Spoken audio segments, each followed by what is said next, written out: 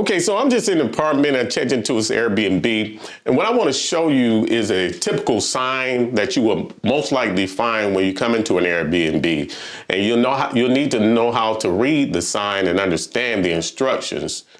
Else you may violate some rules or whatever, and they won't like you then. So let me show you a quick example of what I mean. Okay, you see this right here? This is a simple sign that you'll probably see when you step into a Latin American Airbnb. It's just some basic instructions.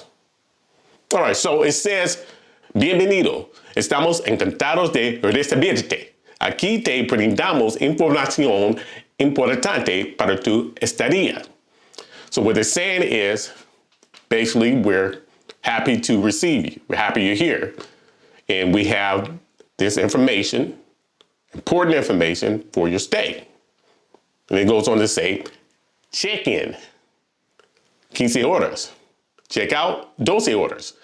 Now what you'll notice is that in Latin America, they don't use standard time.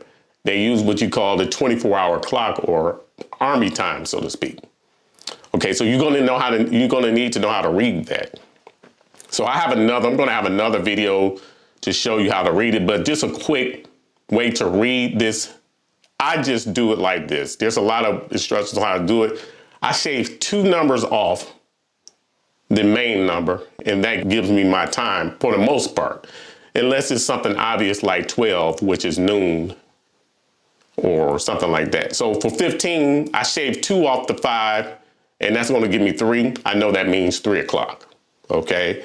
12, that's just gonna be standard. So it's 12, whether it's on the standard clock or the 24-hour clock. So I know 12 is 12 noon, okay? Now, al momento de retirarse, dejar llave y tarjeta de acceso en el escritorio frente a la cama. Now it's basically saying when you leave, okay? When you leave the key and the card, the access card on the desk in front of the bed. Okay? No se admiten mascotas. So no pets are allowed. Mascotas means pets.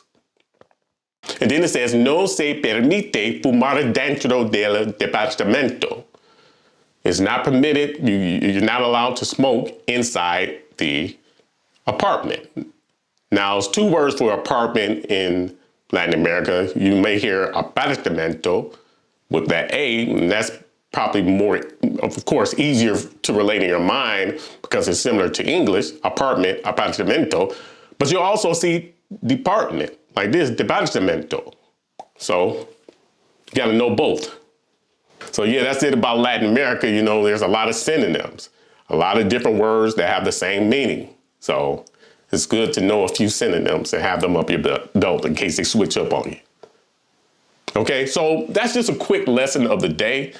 Again, you're gonna see these kind of signs when you go into your accommodations in Latin America. So you just need to know those things. Okay, so if you got value from this video, do me a favor, reach out and smash that like button. Also, be sure to subscribe because you don't want to miss a thing. And until next time, remember, you don't have to be perfect. Just be good enough.